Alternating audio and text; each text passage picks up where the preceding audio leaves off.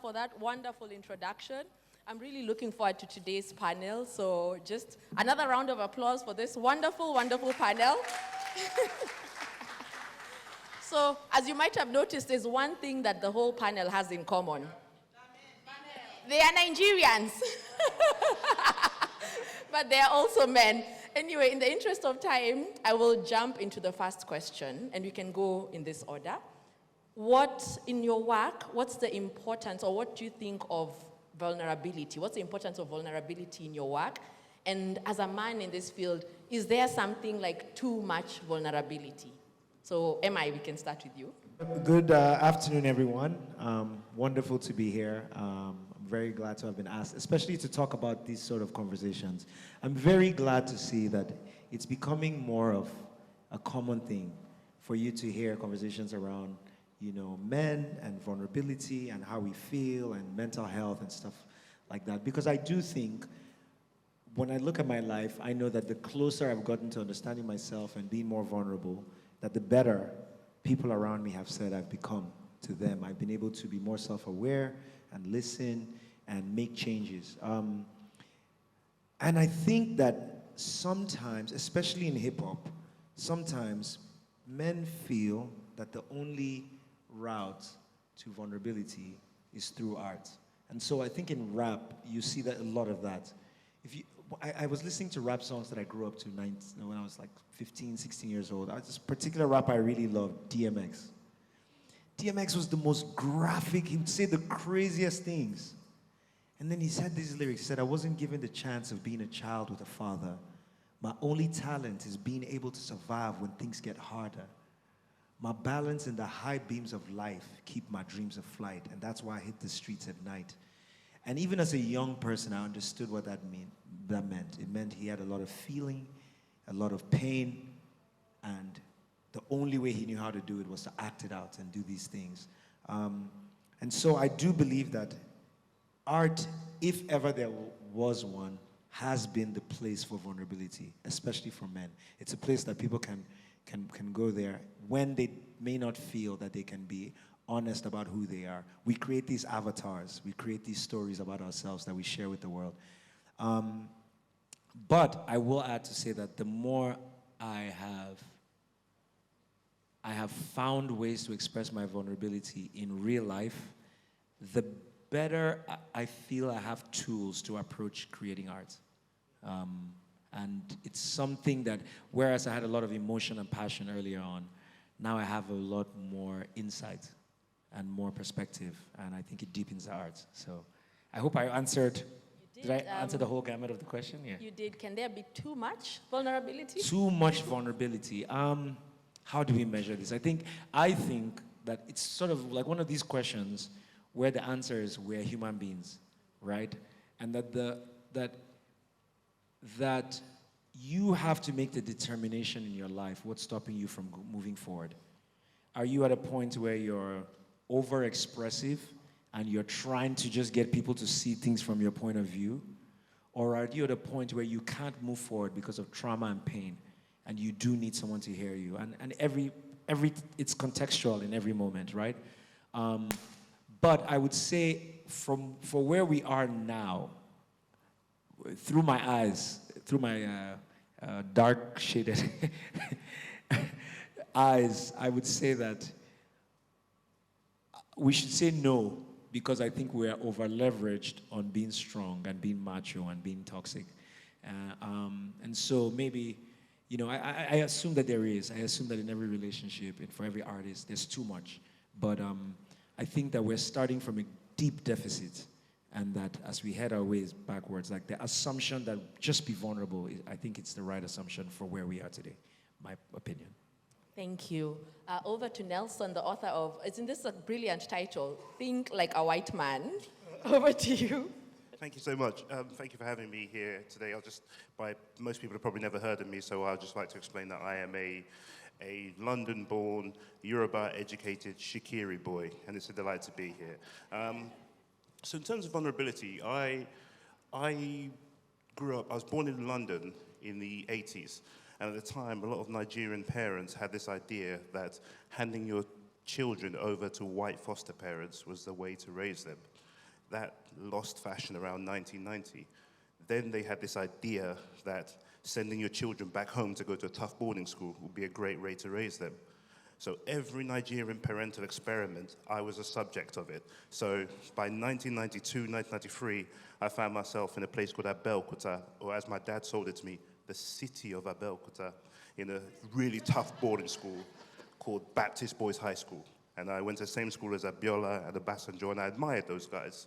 And because that's what we were groomed to be like. Those were our templates of success.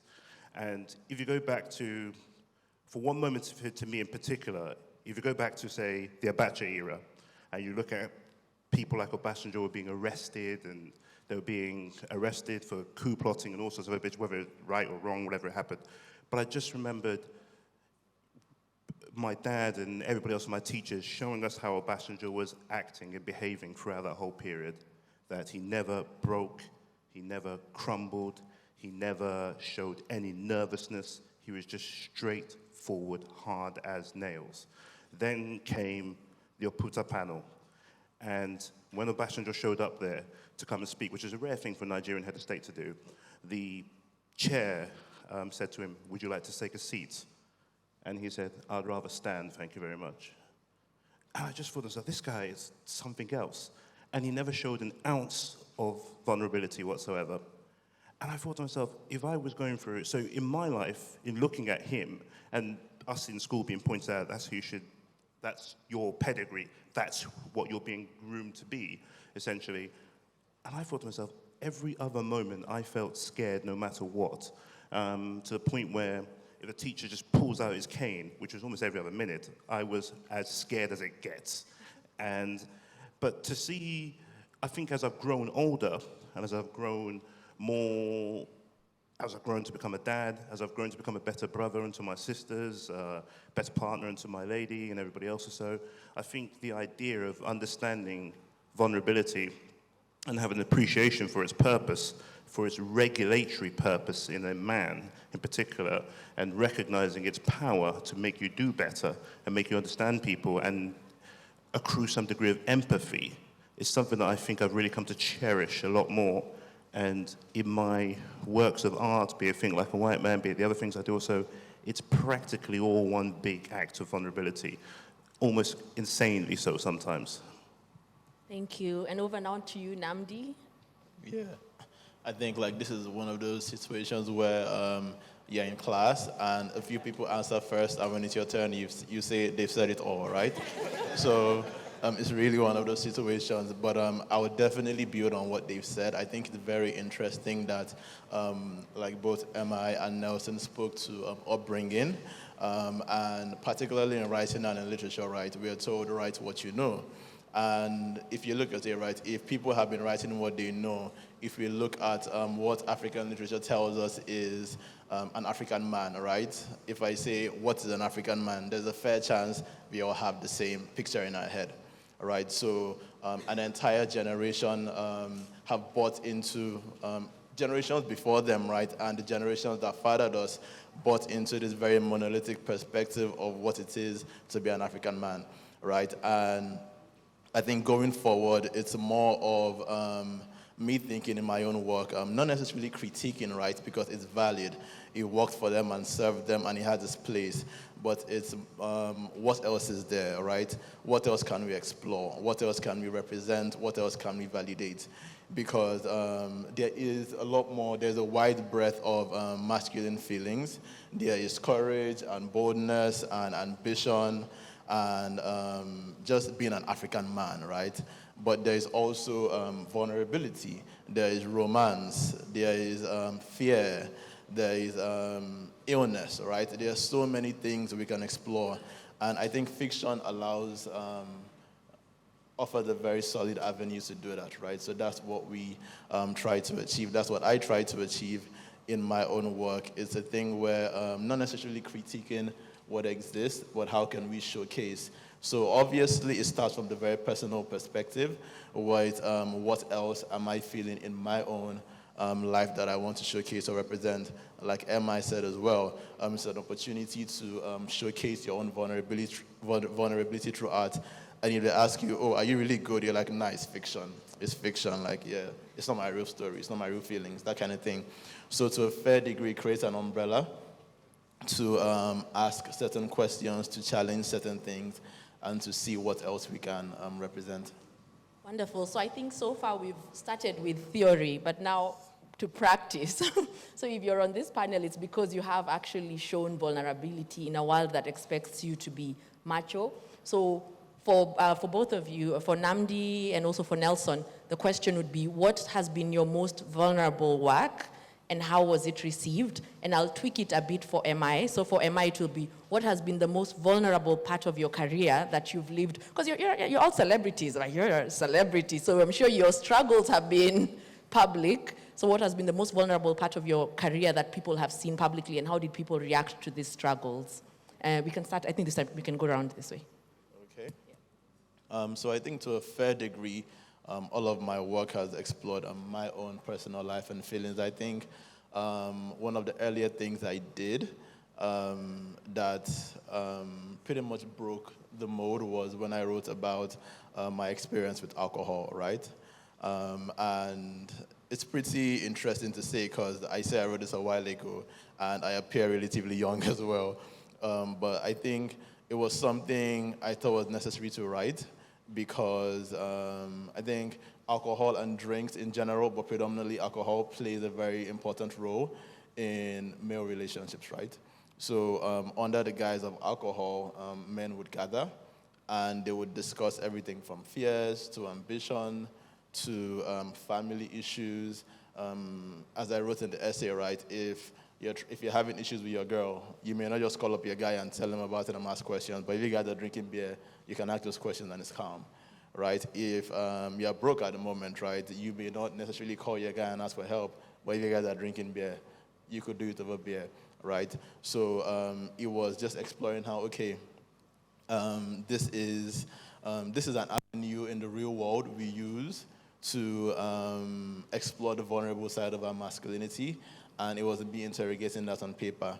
And I think it was very, it broke the mold in the sense that it was the first time I wrote something that people could metaphorically hold my shit and say, this is you, right? So it's things where you have to confront people in your personal life. So your parents who are relatively conservative, other members of the relatively conservative society we live in, right? So you're challenging people's sense of pride, right? To a fair degree, challenging people's egos as well, right? So when you're telling people, okay, this, the way you approach things is, you're using this as a crutch, right? And how can you explore healthier ways of expressing your vulnerabilities and having to have conversations with people that I know in my real life as well, but people who came up to me saying, okay, I relate with this, right? Where do we go from here? How could we build on this? Thanks. Nelson, over to you. Yeah, so for me, it's, so I wrote a book called Think Like a White Man, which was about my crazy days when I was a banker. It was about the things that you had to go through as a black person in a white country, in the whitest place in the white country, which is in the corporate world. And in terms of vulnerability, I think it may be more vulnerable and a lot more fragile too at the same time. And I think that was certainly a vulnerable act in terms of my art or so. But something I did yesterday, that came out yesterday, which you probably haven't seen or heard yet, I made a documentary on boarding schools. Which is one of Britain's very, very most successful and enduring colonial exports. So Britain invented the concept of the boarding school and then sent it right the way around the world. And I explored boarding schools from the schools I went to over here, of course, the boarding schools I went to, which were Mayflower and Baptist Boys High School.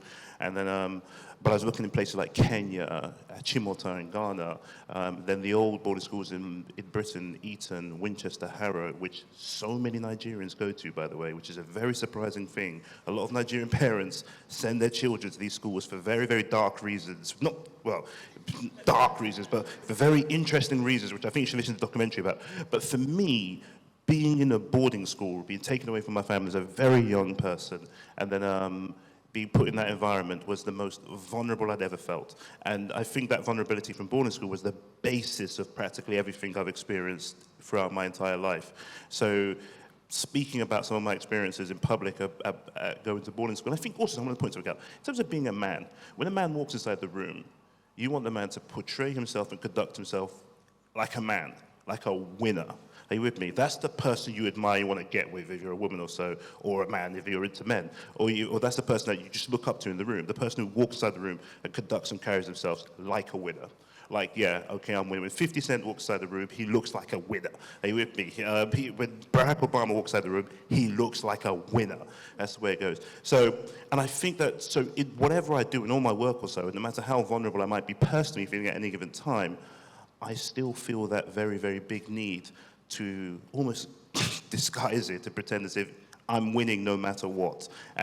But the problem with it too, at the same time, when I did my work on boarding schools, it was that one time where I just literally couldn't disguise it with satire or humor or anything else. It was just straightforward. This is what it is, and pretty much this was quite almost a factor of vulnerability for me, and here we are today. I think that's a great segue for me to say what I was going to say. I think 2019 and 2020, if I were to name those 2 years, I would call them the deconstruction of the ego of MI. And if you remember, like if you're a fan of mine, when I came on the scene, it was just like a ball of confidence. I was coming from Jos, and it was real. I was coming from a place where it was statistically close to impossible to make it in music at the time. And not only did I make it, I brought my family with me. I moved everyone to Lagos. We established a label. We built execs from it, and I was winning, in every single way, and became a label president. And then 3 things happened in 3 different, put them in buckets.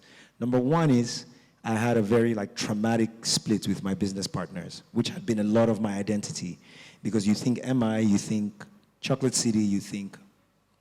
And the second thing was that a lot of my personal relationships started unraveling. This was hidden under the MI, you're a star, firstborn son, you've seen the world a certain way the whole time, you treat women a certain way, especially when you can basically have access to female companionship at any time, anywhere.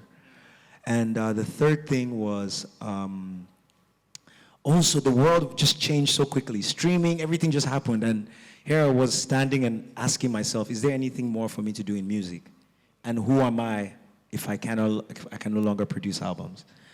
And it's so funny, as I was listening here talking to them, listening to them talking, that a year before, 2018, I had made an album called The Study of Self-Worth. But I had made the album as an observer.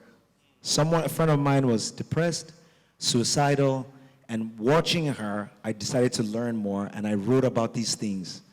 And then I had a conversation with a counselor, and I recorded bits of it. And so a lot of people met me, and they were like, bro, you're going through what I'm going through. But frankly, I was an observer. I hadn't had a real moment where my ego had been deconstructed. And so there's an album, even the most ardent MI fans, I'm sure this is the lowest one on their list, it's called the Judah EP. And in there is the most, Jude deconstructed completely. One of the songs is called Blood. It's about deep betrayal. It didn't do well. And this is the thing I think you were talking about, is that what bothers me a lot is I don't know if, especially in the society where I am, if society is really comfortable with men adding vulnerability as part of their everyday. We talk about it, we have these meetings, but even when we're talking, I'm not trying to call anybody out, but early on when we started talking and we were talking about feelings and our background, I saw almost every woman's head went to their phone. And it was a trigger for me. Maybe you guys were tweeting or whatever, but it was a trigger for me because so often when I try to talk about how I feel, I see that instantly, this is an experience that has no interest, has low value on the thing. You know how our brain is just like, what is happening here? How do we exit this place? And I find then that what I do is then to go to ego. And that can be, depending on trauma, it can be, pardon my French, it can be fuck you, you don't know me, glasses on, chilling. Or it could be anger, And I say that because I then see that spaces where we're allowed to be vulnerable, it's the thing you said about you see yourself improve. Because think about it, if you have a feeling and you can't talk about it, and you can't hear yourself say to yourself, I'm angry because, if society says, we're not there for that, we want you to be a winner, we want you to provide, and I know that we're the room that should say, I'm telling you that in your own relationships, probably, if there's a man that you respect in your life, you probably haven't created space for them to talk about how they feel. You probably have never even had that conversation with your dad or like your uncle or the breadwinner, this person you've always seen as a strong person, and sort of the dichotomy of like this polarity of ego, because the Judah EP was, again, another MI fan tidbit. One of the records that was created for it is the height of ego. It's a song called Viper, Where I'm Going at Vector. It's the height. The lyrics literally say, I swear by my name because there is no higher authority. I will not destroy you. Instead, I'll give you maturity. You're so, like, I'm talking from almost godlike, And at the same time, there's intense vulnerability. It shows you, like, at the point where you're your weakest, you bring out this, like, you return to ego. And I don't know if there's something useful in there. I was just listening to you guys talk, and what bubbled up came out, and, I wanted to share it. Yeah, I think it's very important what you said, right? I think anytime, as a man, we get vulnerable in our work, it's definitely a battle against ego, right? And when there is backlash, is ego in the audience speaking back, right?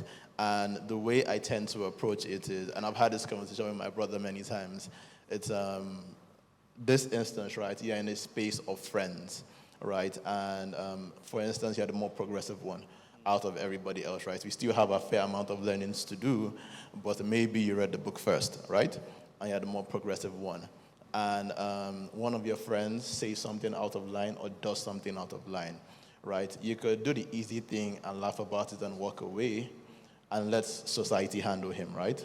Or you can confront the situation. And what I've learned is in my group of friends, right, they are more likely to pay attention when I speak than when someone from outside the circle speaks, right? When someone from outside the circle speaks, it's, you don't know me like that. Like you said, shades on, right? When someone from inside the circle speaks, right, you pay more attention, right? You're more sensitive to what's being said. You know it's a safe space, you know it's not an attack, right? So when I engage in my audience, I imagine that we are one circle, right? And it's, I can speak to you with empathy and with kindness because you're more likely to listen to me than to the next man, right? If you're checking for my book, right, there's a fair amount of respect. If anyone is listening to your album, there's a fair amount of respect.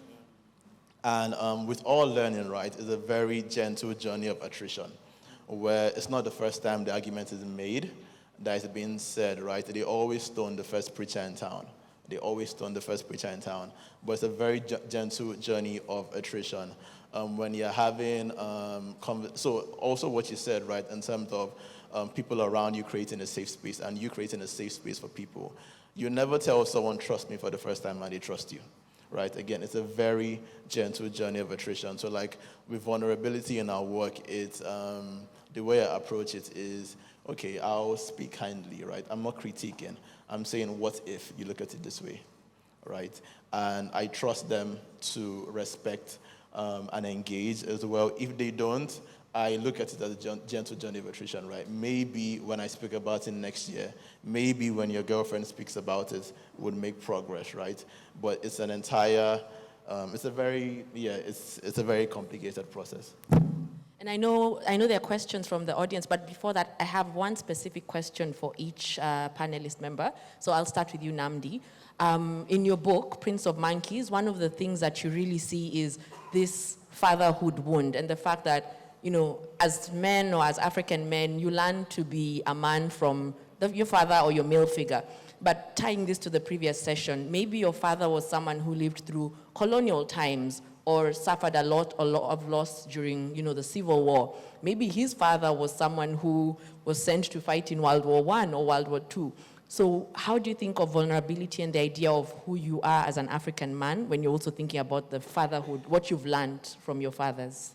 Yeah, I think it's a very tricky thing to be an African man now, because you have to understand that there aren't any clear templates. And when I say that, it's similar to what I represented in the book, right? We have to understand that the templates that were given to us are insufficient by default.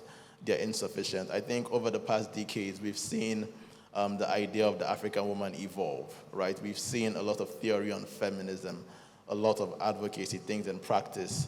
When you look at masculinity, it's not received the same energy, right? And so speaking directly to the book and to my own life, right? So my dad went through the Civil War, and it's always very easy for me to say, okay, you can love me better, you can do things in this way and in that ways that I would prefer. But the day my eyes opened and I became a lot more determined to find my own path was when I thought about the type of fatherhood he received. For context, his own father was born in 1905, right? So his father received a very different type of fatherhood experience. In a very fast-changing world, he tried to immerse a lot of new things, right? And now the world is changing even faster, right? So there is absolutely no way this man is going to give me exactly what I need for 2022 African masculinity, right? It's very similar to what we're doing. Thank you. Yeah, it's very similar to what we're doing in politics, right? Where we see very, very aging leaders and we know they are insufficient to provide the type of guidance we need. So this is the same thing on a very domestic level. So it's a tricky thing for young African men now, because while we respect everything that's been done before, we have to come to terms with the fact that it's insufficient. We can't confront it because we're confronting ego. There's no way forward, right? But we have to walk around it and we have to build forward. And I think that also creates a very urgent need for, I wouldn't call it mentorship, because young men don't really learn by being told, they learn by observing, right? So it puts a lot of pressure to always put the right foot forward, right? Because the other young men around you are watching and they're observing, and especially like when there are folks like us to relative degrees in the spotlight, you know that like people are paying attention, right? You know if you speak with kindness, it's a teaching point. If you speak with anger and ego, it's also a teaching point as well. Great response. Thank you so much. And so for Nelson, you talk about, the type of man who, when he gets in, everyone knows the man has arrived. I'm not sure I'm that type of man. No, I think I'm the opposite. I wish I was. No, but so you talk about that as the idea of, strong black man, how you should look. But also when you write Think Like a White Man, there's the reality that in these corporate spaces, the black man is not at the top, but you're still trying to fight. You have your ego, which wants to make you feel like, you're someone, but you're also fighting supremacy, like white supremacy in this context. So for you, how do you reflect on that? I think it's a very, very good question. So it's a different world. So in Nigeria, I even said in the book, there's no such thing as black people in Nigeria. They're just Nigerians. And you're very lucky in that regard, because it's the complexities that you have in terms of navigating society are a lot more straightforward. That's one of the things I loved when I moved to Nigeria when I was younger, that, oh my God, I wouldn't be that black boy in the class anymore. And suddenly when I got here, I quickly learned that there's this thing called Yoruba people, Hausa people, and Igbo people. And I was Shikiri. So that, yeah, I was pretty minor all over again. But in terms of how you, so it's looking at manhood once again. And I look once again at, if I look at the template that was, as you mentioned, that was given to us by some of our leaders, for example, the good ones, or the ones who were fairly effective, it's not that many in terms of Nigerian history. And, but if you take a look at Obasanjo for a particular, if I go back to the 90s, because that was a period that was so fascinating to me, if he broke down and cried, or showed some degree of vulnerability, or if he just, there were some people who did, who begged Abacha to basically forgive them or so. If he didn't stand up how he stood or so, or conduct himself in the manner in which he would, I really can't see how he would have come back and become, say, a Nigerian president again. I think he would have become a bit of a ridiculous figure. But I think the same way too when I look at my own father and I look at people around us or so, I look at MI, I look at Nnamdi, I look at just pretty much everything that we go through. And we look at the strength that men are still required to show. And I do think, and I was even if I was to ask the audience, if you've ever seen our fathers as African people are almost majestic figures sometimes. They conduct themselves with a certain degree of absolute masculinity, which I think is very different from what you actually see often in the West. Often in the West, black men are reduced to boys. And I hate to say it, they're reduced to children. And children are sometimes treated like adults. It's a very unique thing. But when you then take a look at your father in the African context, and think, so when the last time you ever saw your father shed tears or cry or so? And it's a very, very rare-ish type of thing. And I just remember even how my friends' parents were always almost spoken of too. I think to myself that, I think of how my friends' parents, who were very successful, well-to-do, strong men, winning men, it's the exact same thing I looked up to them about. And I still admire all these men to this very day. And I just think that the way in which how they convey the difficulty of being a man in this society, which has immense difficulties, at the same time to immense patriarchal power compared to, say, women. Even if you look around all the posters that you see for who's running for political office, it's all men exclusively, nobody whatsoever, no one else whatsoever. So it does put it in perspective to me that I do think that, yeah, vulnerability certainly has a huge place in my life, but how I express it and how I can actually walk inside the room and conduct myself and portray myself or so in order to get the most out of the room and remain influential. It's a difficult balancing act. It's one that I'm not particularly good at balancing, but I do my best. Thank you. And so the final question, thank you. The final question is for MI before we open up for Q&A. So I loved the fact that you started first by speaking about DMX, because I think DMX was one of those figures whose struggles were so public. Especially I remember when he went on Iyanla, Fix My Life, and some of the people said, okay, we love that you're trying to address your issues, but there's also a lot of people who were scared of this, because if DMX can crumble and cry in front of Iyanla, what does that mean about, black manhood in general? But it makes me think, I would love to hear your thoughts given the sector you're in, or the field you're in, hip hop. It's not really a field that encourages men in their feelings. And so how do you navigate this as a hip hop artist? That's a great question. Is it that dichotomy again of we are seeing the vulnerability. You're seeing it. You're seeing these monuments to ego. People hiding behind, creating these avatars to say, if you won't allow me, if I can't feel it in a healthier way, I will hide it and create this picture of myself that I'll show the world, that has guns, tattoos, that is impervious to pain. So we're seeing it like that. Hip hop is vulnerability unexpressed. I'll say three things, three small lessons of vulnerability that have shaped my own story. And number one is, my dad, when I was younger, used to say, it was just the weirdest thing, he used to say to us all the time, you guys are the most handsome boys. So when I went to primary school, I just thought I was the best looking guy. And this year, I was overwhelmed. And what happens to you when you're overwhelmed is like how our brain functions. It's almost like you start preparing to die, like depression, And at a point, I was getting married. I didn't have my, me and my fiancée at the time, she had moved from Geneva. She was settling in Lagos. It was just so much. And I remember sitting on my balcony one day, and I didn't know if I was going to, you know how your brain, if you've ever been in this moment, your brain starts to close in on you, and your options get smaller. And I went back to this thing that my dad would say to me. When I would run in the morning, I would just say, "You're a handsome guy. You're a good person." And this small thing gave me the energy I need to put one foot in front of the other, right? It's critical. It's me and my feelings. The second one is my niece. She just turns 18 today, actually, Jade. She taught me how to listen the right way. She'd come and say, "Uncle, I know you want to solve my problems. I want you to listen to me for an hour and a half." And then she would just talk.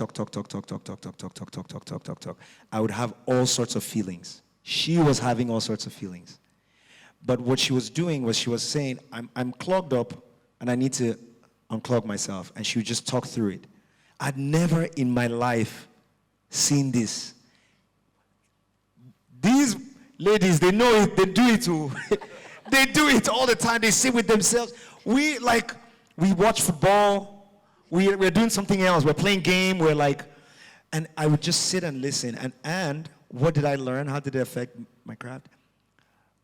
When I needed to change things in my career, to be at the moment where I am now with a new album, new project, looking forward, developing a new platform for creatives and growing, all these skills that I didn't have and I needed to acquire rapidly, I learned how to listen and how to be ashamed because I didn't know something and just sit with it but still keep listening and not walk out of the room. And that is it's part of the reason I'm here.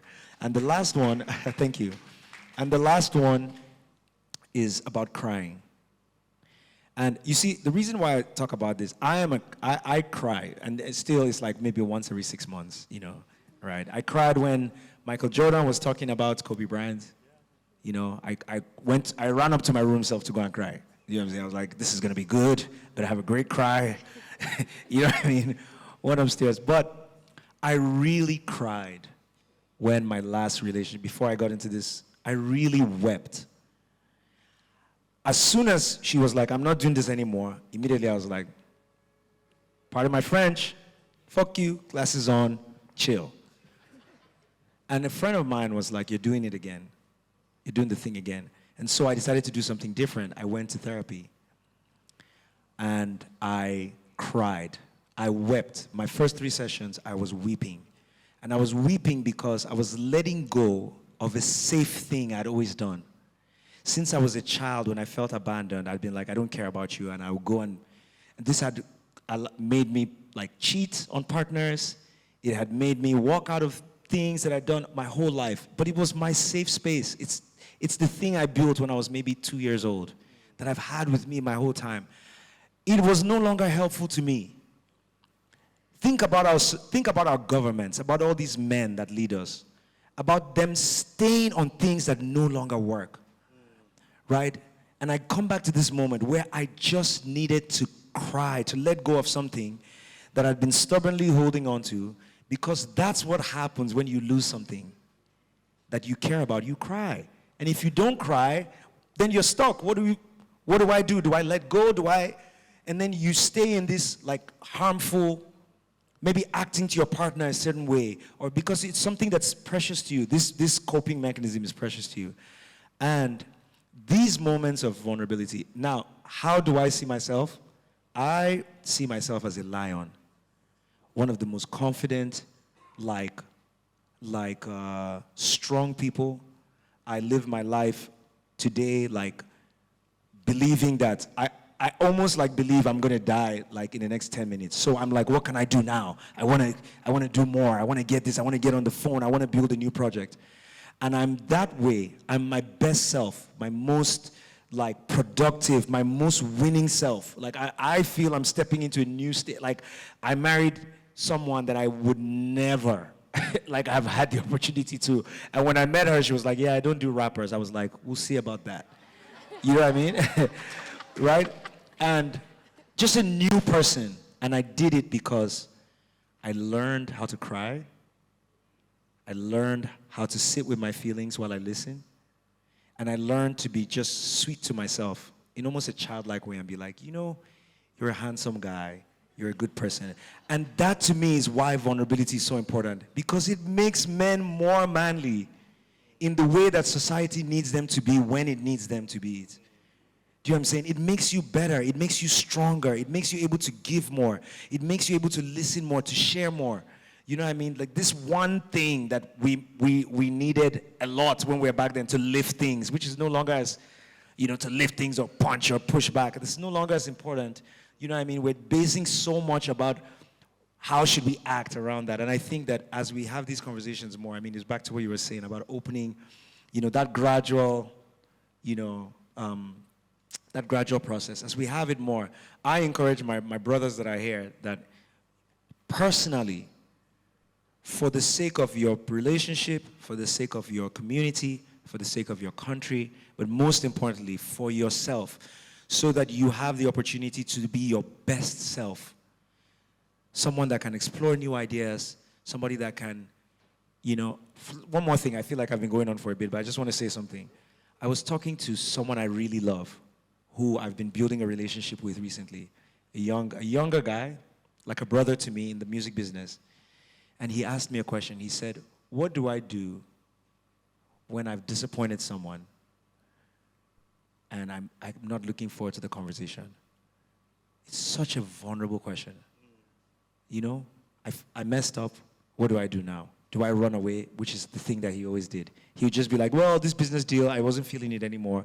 I'm someone that if I'm feeling the vibe is off, I just move. You know what I'm saying? And it affected his business, it affected his career. And he asked me this question. I said, you deserve to see the version of yourself that can sit and say, hey, I take accountability. I messed up, but I would like to try again. You deserve to see. And I think we all do. You know what I mean? And I really do think that the door there isn't through bodybuilding, isn't it through like your accomplishments or how much you make, that the door there is through understanding yourself, understanding the part of you that's your emotions, how you feel when someone talks to you, understanding that, building some skills about managing that and improving on that, and being able to share, finding places where you're able to safely share how you feel, because that's part of the healthy human experience, Thank you. Thank you so much. Thank you. Honestly, a huge, huge round of applause for the panelists. I think you've been amazing. I can't see the timer, but I hope we have time for a question or two. Two questions. Okay, perfect. Yes? Good afternoon, Mr. Incredible. I'm a long life fan of yours. Like, I remember every line from the hardcore stuff. And I love you because of the hardcore stuff, So when you came out with, you were talking about your feelings. I won't lie, I wasn't really feeling it, because you're like, Abdul and I were just talking about it. You're like my rap god. You're the guy who came from Jos, who conquered Lagos. You're Nigeria's rap messiah, all those things. It's only you. We are looking up to you. You are the chairman. You've evolved, yeah? You've evolved. So we are your fans. How do we now evolve with you? Because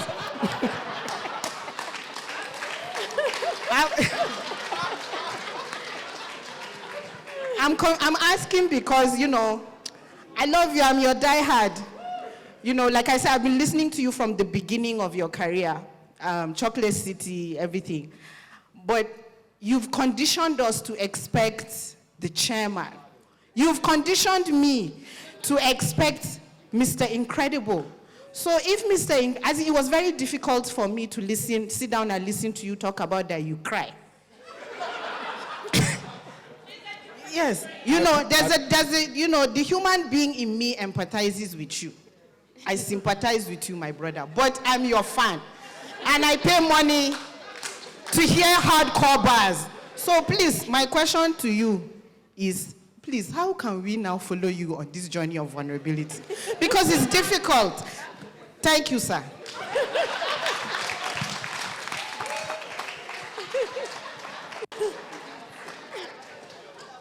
Yeah, yes, you can respond. I mean, it's such a great question. Thank you for sharing. Thank you for also making us all laugh. You know, it's a, not just me, right? It's, look at all the stars. It's the same thing. Now let me tell you what's going to happen. All those stars are going to discover as they go in their life that the picture of themselves that they're putting out is not real. And that their real life needs for them to acquire skills, maturity as they grow. And at that stage, it is okay if your fan base don't understand. It's okay. I say so gently because I love my fans. But I think the point I'm trying to make is that if you listen to my new album now, it's less of an avatar. Because when I was younger and I would say those things, I alienated my brother Jesse Jaggs because I was just so tough. When I made a decision, it's that decision. Same thing with Brimo. And when we sit and we talk, it's about feelings. I wanted to be heard. I wanted my, you know what I mean? So what we saw on the top was, I'm Chocolate City, blah, blah, blah, blah. Right? And what I will say is that the answer for me, is that I have to be okay. And this is why I can make albums and keep going forward. I have to be okay if nobody appreciates the change at first. You know what I mean? I have to be okay with that. But I put it back to you to say that every single, because you're right, you're responding, you know why we respond to stars like that? Because it makes us feel safe. Because we're vulnerable. If that person has it together, if that person is so brave, then I guess the world is going to be okay. It gives us a sense of control, right? What I'm saying to you as well is that MI will be better if he's allowed to be more vulnerable. Maybe that doesn't mean that all his music is emotional. The reason that happened was because I didn't know how to be vulnerable in real life, right? And I had run out of I'm in the club popping bottles. You listen to like the Chairman song, like I listen to it now and it's like like none of those things was true. I was like, I'm a chairman like Richard Branson and I'm not. You know what I'm saying? I was not. But it's like this thing that we say and it makes us feel, but we run out of it in life. You know what I mean? And I think that in a way our society is adults that are not evolving emotionally. You know what I mean? It's like a lot of like, if you just look at our leaders and just look at them posture, you're wrong. You know what I mean? But you're, like, you know what I mean? It's like this, we don't have that door of vulnerability to access that makes society better. So I put it to you that for your husband, if you're married, your brothers, your father, do not have that picture of them. It's an unhealthy picture. It will end with them having hypertension, or them being brutal to their daughters or their wives, or having like extramarital or outside relationships. It will end with them drinking. It will end with them finding different ways to go unhealthy ways, or pouring all their energy into their work. Whereas if they had a place where they could come home and laugh, and if they were upset about something or if they felt jealous, they could be like, you know, that made me feel jealous and it made me feel small. It would make the world better for you. The music and everything would be better for you. And as a fan, you'd have more. Perfect. Thank you. So I request just two very quick questions, one for Nelson, one for Nnamdi, but very quick. We just have less than 5 minutes to go. Yes, and yes. So we'll take those two. You can ask both questions now, then we'll get the responses. You and Efwa. Okay. It's kind of for everyone. So do you think vulnerability is for all men? You guys have won. And so if you've won in a way, it's easier to say, you know, I lost along the way, or there were times when I wasn't winning. But for maybe those men who haven't won and don't have their experience to back it up, it's opening that Pandora's box of, you know, these are my emotions without necessarily having the guidance to process them. Is that safer than falling back on, you know, I'm a man and I have to be strong, if they don't have that guidance to get out of that dark place, if that makes sense? I think that's a very interesting question, right? it works under the assumption that we've won, right? So winning is very relative. And the funny thing about life is the goalpost keeps shifting, right? So what you think is a win today may not necessarily be a win when you get there. And living with yourself is coming to terms with the fact that your North Star isn't winning, right? Your North Star is being the best version of yourself, right? And hopefully you win along the way, right?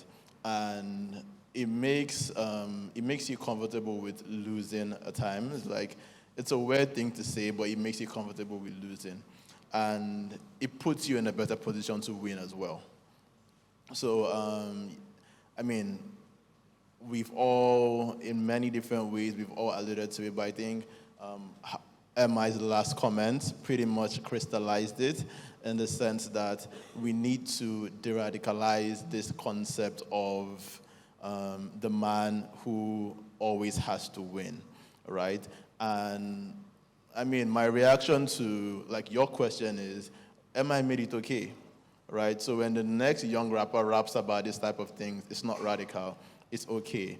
And we need to normalize all this type of alternative perspectives, right? So if I write about this guy who isn't such a star, but he's doing okay, right? It makes it okay for the next person to write about it.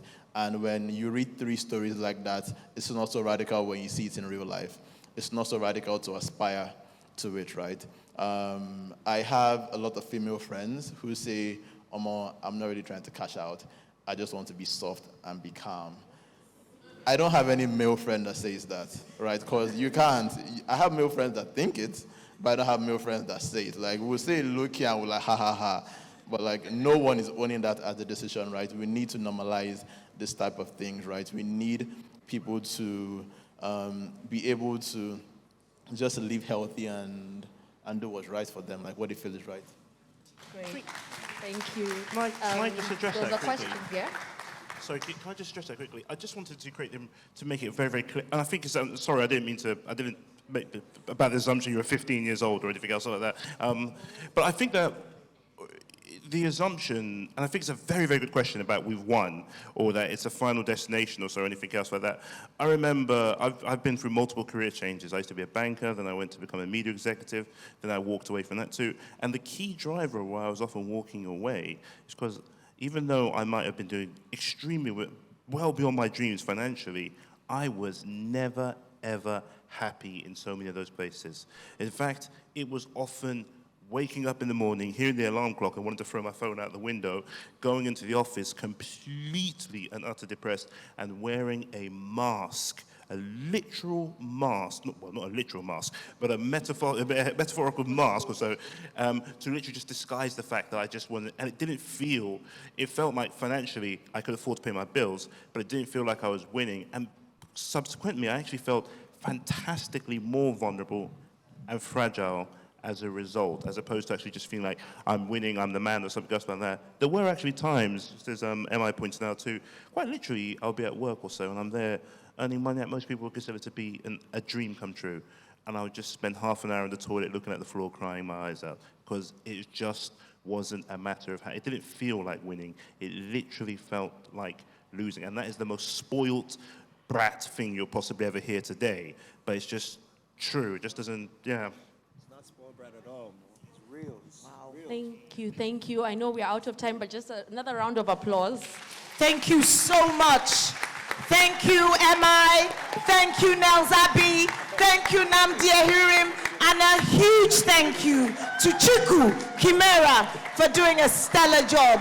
Thank you very much. So you're